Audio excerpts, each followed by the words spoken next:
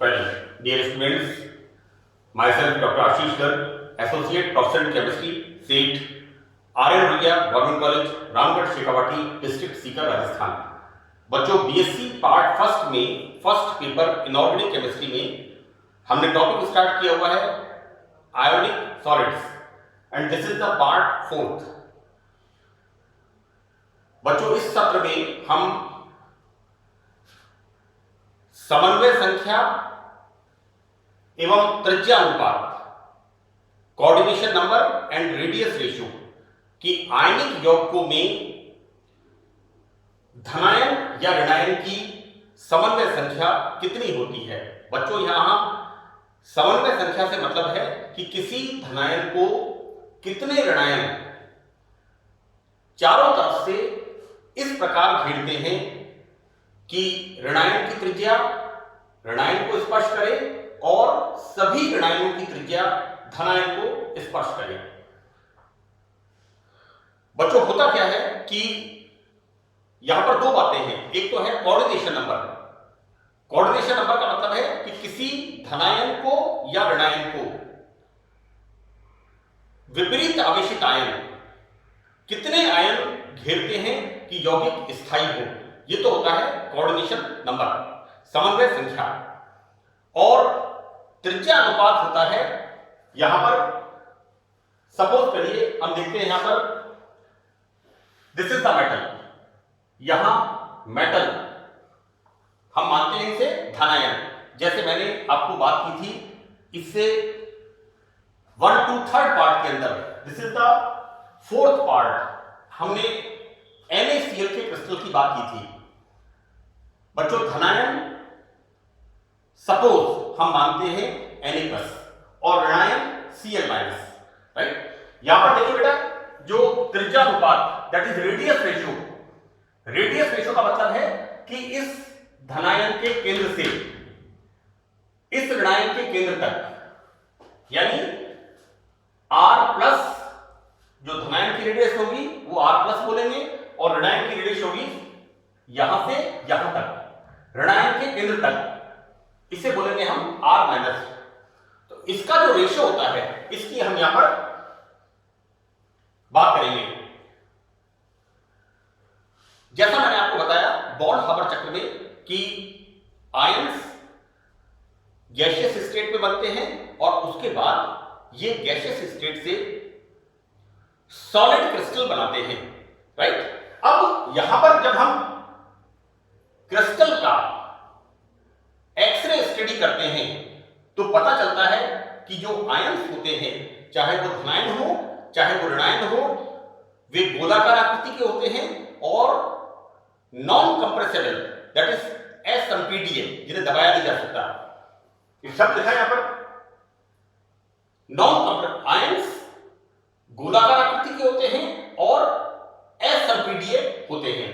बच्चों, क्या होता है कि जब, जैसा मैंने आपको बताया कि जब आयनों का संकुलन होता है तो यहां पर विपरीत आवेशित आयन, यानी धनायन ऋणायनों से और ऋणायन धनायनों से अपनी समन्वय संख्या के अनुसार घिरे हुए होते हैं। हम यहां पर समन्वय संख्या की बात करेंगे। मैंने ABC 3 चित्र बनाए हैं। मैं चित्रों के माध्यम से आपको इस बात को, समन्वय संख्या को समझाने की कोशिश करूंगा। तो होता यह है बच्चों, जब आयनों का कॉम्प्लेक्सेशन होता है, संकुलन होता है, यानी Na+ gas plus Cl- gas से NaCl क्रिस्टल का निर्माण होता है। तो आयनों से जब संतुलन होता है तो विपरीत आवेशित आयन एक दूसरे के पास आ जाते हैं और समान आवेशित आयन प्रतिकर्षण के कारण एक दूसरे से दूर रहने का प्रयास करते हैं। तो बच्चों, हम देखते क्या है यहां पर कि आयंस धनायन और ऋणायन, ये आयन गोलाकार होते हैं, नॉन कंप्रेसिबल होते हैं और यहां पर विपरीत आवेशित आयन, जो आयन होते हैं वो विपरीत आवेशित आयन से अपनी समन्वय संख्या के अनुसार घिरे हुए होते हैं। बच्चों, यहां पर हम देखते क्या है कि इस प्रकार एक आयन कई विपरीत आवेश वाले आयनों से घिरा हुआ रहता है। धनायन ऋणायनों से घिरा हुआ होता है और ऋणायन धनायनों से घिरा हुआ होता है। बच्चों यहां पर केंद्रीय परमाणु के चारों तरफ इन आयनों की संख्या निश्चित होती है, राइट। कोई भी हमारा, चाहे वो ऋणायन हो चाहे वो धनायन हो, जो भी सेंट्रल एटम होगा, मेटल एटम होगा या एनायन होगा, यहां पर इन केंद्रीय परमाणु जो भी होगा उसको घेरने वाले परमाणुओं की संख्या निश्चित होती है। अतः केंद्रीय परमाणु के चारों ओर जितने विपरीत आवेशित आयन घेरे हुए होते हैं उसे केंद्रीय परमाणु की समन्वय संख्या या कोऑर्डिनेशन नंबर कहते हैं। बच्चों एक्चुअली मैं आपको बताऊं, ये मैंने समन्वय संख्या की जो बात की है, हम यहां पर एक सिस्टम देखते हैं ए, दूसरा बी और तीसरा सी। हम सिस्टम ए में क्या देखते हैं कि यहां पर ऋणायन 1 2 3 4, ये मेटल, दिस इज द, ये धनायन की रेडियस को टच करते हैं, लेकिन यहां पर ऋणायन धनायन की रेडियस को टच करते हैं,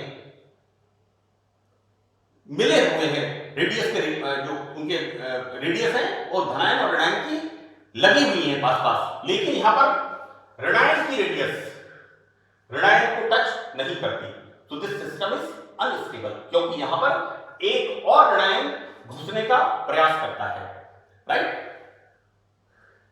यहां पर क्या होगा, एक ऋणायन और आएगा तो यहां पर धनायन की समन्वय संख्या, धनायन को कितने विपरीत आवेशित आयन चारों तरफ से घेरे हुए होते हैं, इसे हम कहते हैं समन्वय संख्या। और यहां पर इंपॉर्टेंट चीज क्या है, यहां पर धनायन की त्रिज्या ऋणायन की त्रिज्या को टच करती है, यहां पर भी कर रही है, लेकिन यहां पर क्या हो रहा है, यहां पर मैं एक बार फिर रिपीट कर रहा हूं, धनायन का मतलब है मेटल, यहां पर धनायन की त्रिज्या ऋणायन की त्रिज्या को टच करती है, लेकिन साथ में ऋणायन की त्रिज्या भी ऋणायन को टच करती है। ऐसे में ये सिस्टम स्टेबल होगा, राइट। तो इस प्रकार से जब धनायन को ऋणायन इस प्रकार से घेरते हैं कि ऋणायन की त्रिज्या को टच करती है और ऋणायन की त्रिज्या धनायन की त्रिज्या को टच करती है, इसे हम कहते हैं समन्वय संख्या, केंद्रीय परमाणु की समन्वय संख्या। बच्चों सामान्यतः आयनिक यौगिकों में जो कोऑर्डिनेशन नंबर है वो होता है 4, 6 और 8। देखो बच्चों यहां पर क्या है कि हम बात करें समन्वय संख्या 4,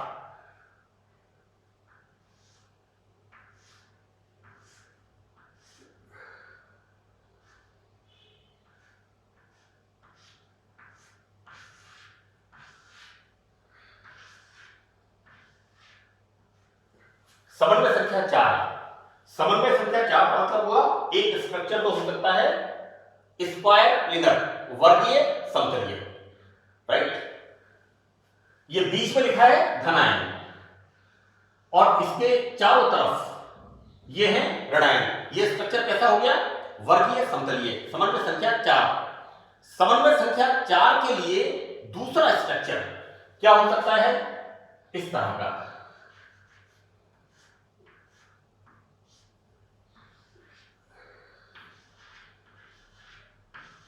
this is the tetrahedral structure. Tetrahedral structure चतुष्फलकीय संरचना। बच्चों मैं इन दोनों को जब रेडियस रेशियो में निकालूंगा तब मैं आपको बताऊंगा कि किस तरह से हम इनको इन स्ट्रक्चर्स को एक क्यूब के अंदर रख के हम देखते हैं। तो ये बात हुई समन्वय संख्या 4 के लिए।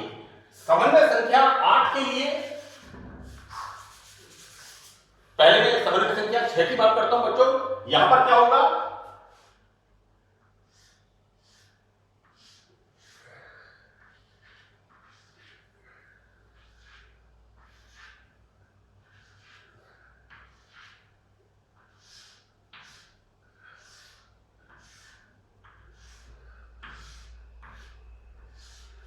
This is the coordination number 6।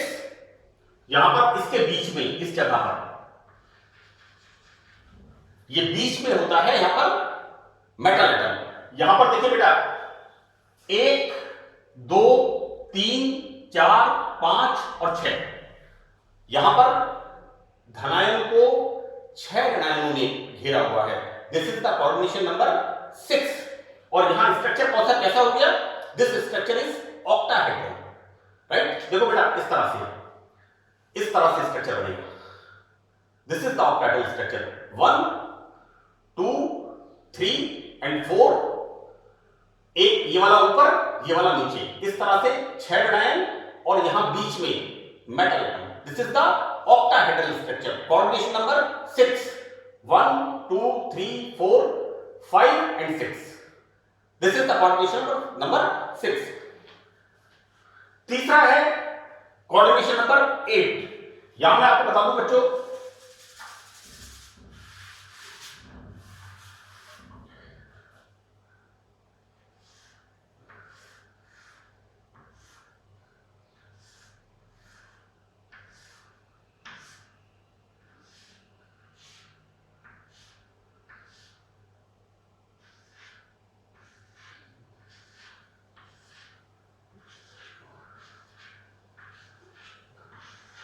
Right. यहां पर देखो बेटा, ये एक हमारा, दिस इज द क्यूब, है ना, ये चौक का डिब्बा है। इसके अंदर हम क्या देखते हैं? बीच में इस जगह पर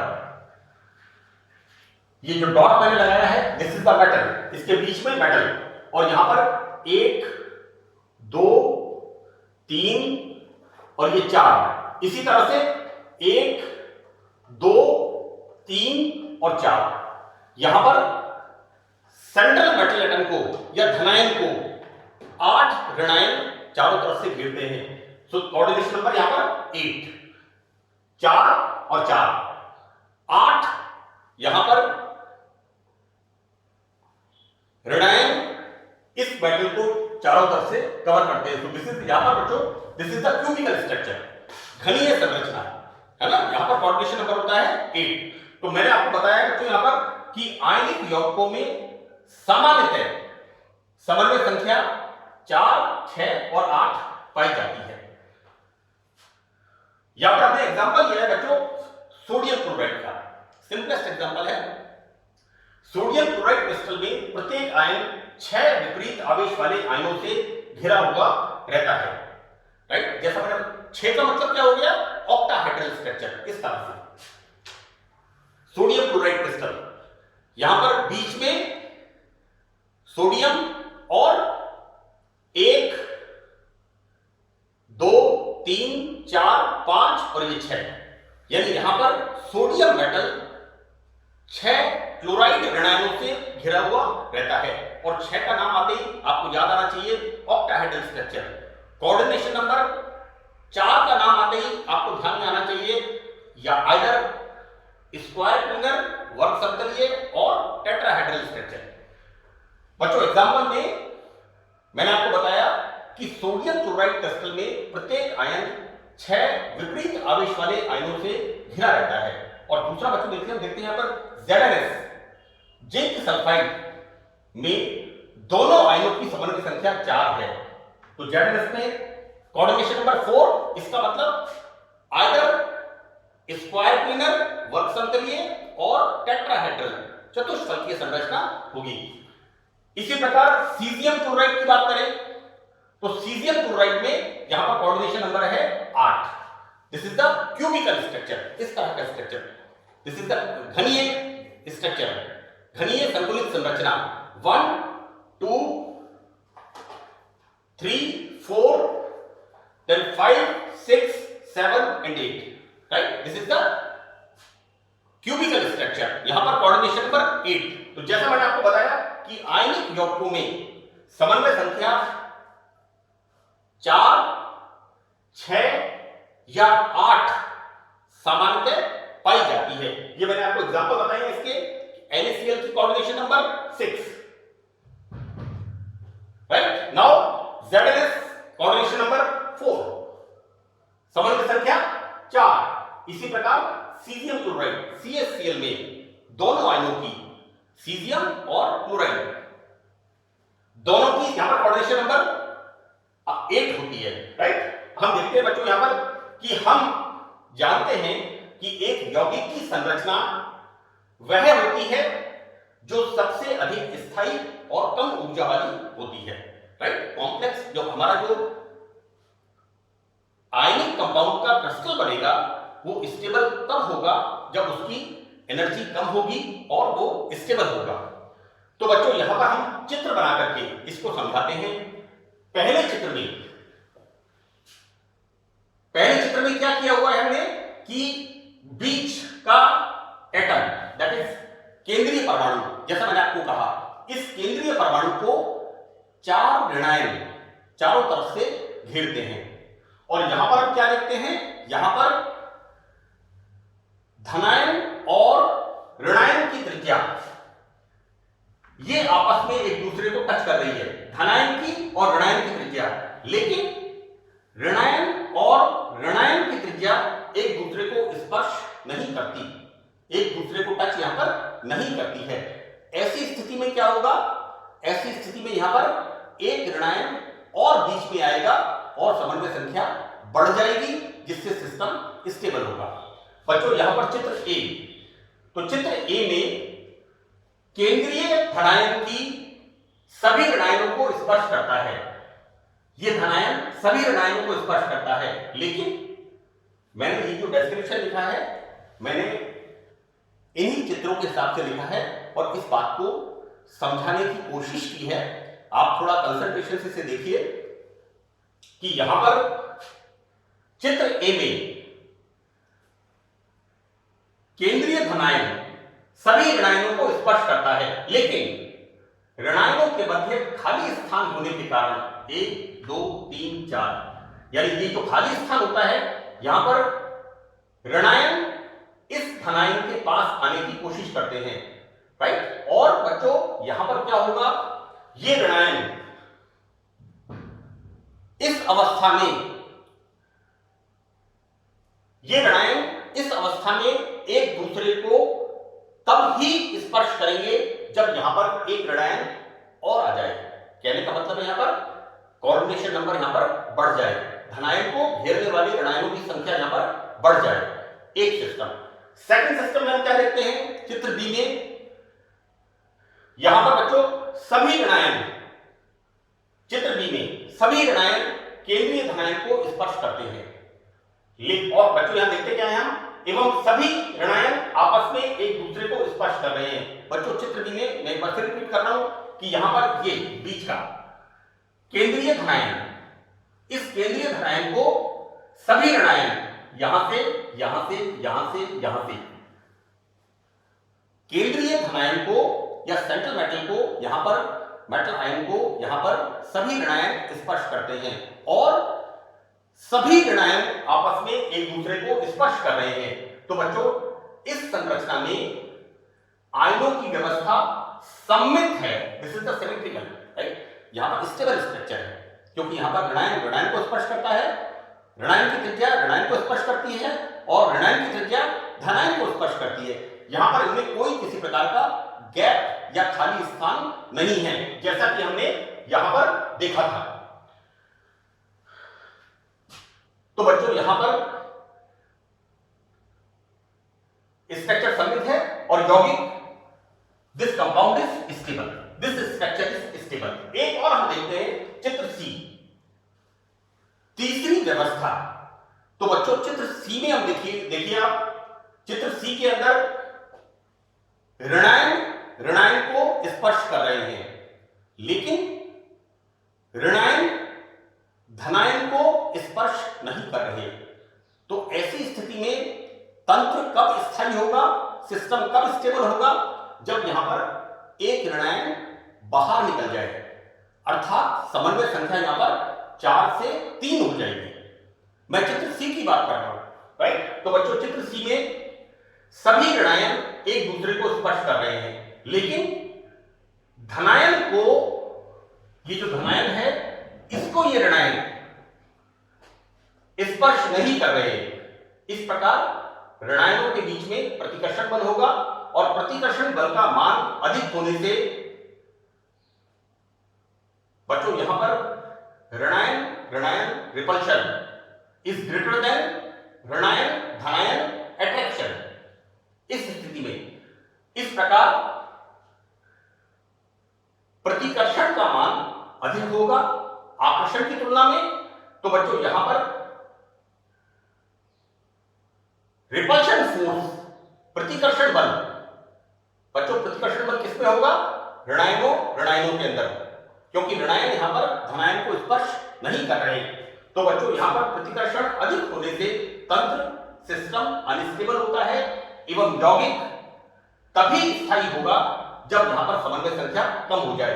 यानी यहां पर अगर एक ऋणायन बाहर निकल जाता है तब ये ऋणायन आपस में एक दूसरे को स्पर्श करेंगे और ऋणायन की त्रिज्या धनायन को आपस में स्पर्श करेगी। ऐसी स्थिति में यहां पर समन्वय संख्या कम हो जाती है, राइट। बच्चों यहां पर धनायन और ऋणायन की त्रिज्याओं का अनुपात ये कहलाता है this is the radius ratio. इसको हम कहते हैं बच्चों यहां पर रेडियस रेशियो। मैं आपको बता दूं बात यहां पर कि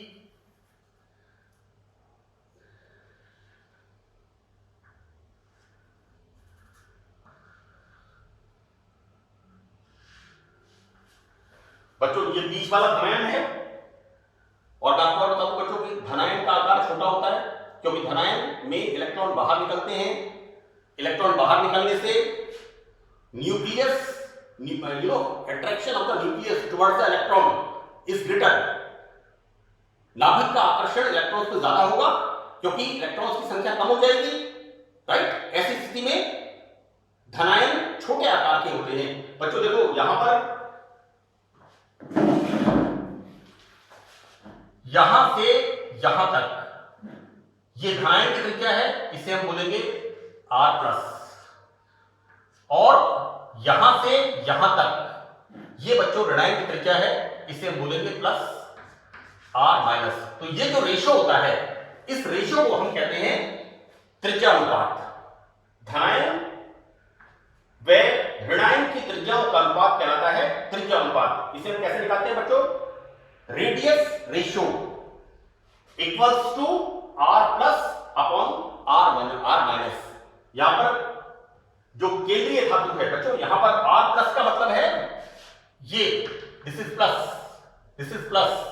यहां से यहां तक दिस इज R+, और यहां से यहां तक ऋणायन की त्रिज्या दिस इज R-। तो बच्चों यहां पर R+ अपॉन R-। यहां पर देखिए बच्चों, ये जो चित्र मैंने बताया है इसका मैं आपको नेक्स्ट लेक्चर में, लेक्चर 5th के अंदर मैं इसका रेडियस रेशियो निकालूंगा कोऑर्डिनेशन नंबर 4 के लिए, जो आपके सिलेबस के अंदर इंक्लूडेड है। समन्वय संख्या 4, समन्वय संख्या 6 और समन्वय संख्या 8 के लिए। हम बच्चों यहां क्या देखते हैं कि इस चित्र में जब हम रेडियस रेशियो ज्ञात करते हैं तो यहां पर रेडियस रेशियो आता है 0.414।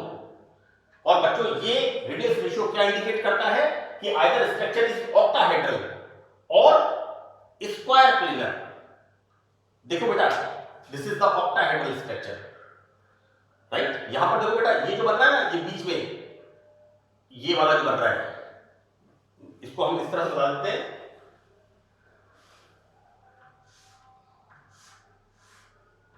Like this. ये जो 4 फिंगर्स यहां टच कर रही हैं, this is the square planar structure, right. और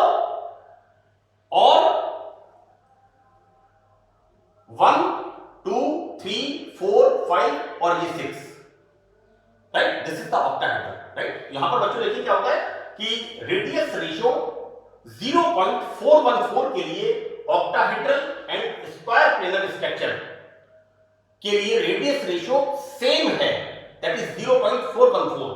तो बच्चों यहां पर जब रेडियस रेशियो 0.414 होता है तो यहां पर समन्वय संख्या कोऑर्डिनेशन नंबर, ये कोऑर्डिनेशन नंबर या तो 4 और 6 होगी या फिर 4 होगी, राइट। तो ये मैंने बच्चों आपको बताने की कोशिश की है कि कोऑर्डिनेशन नंबर क्या होता है कि किसी केंद्रीय परमाणु को विपरीत आवेशित आयन इस प्रकार से घेरते हैं कि धनायन की त्रिज्या ऋणायन को टच करती है और ऋणायन की त्रिज्या धनायन को टच करती है, स्पर्श करती है। ऐसी स्थिति में आयनिक यौगिक स्टेबल होती है।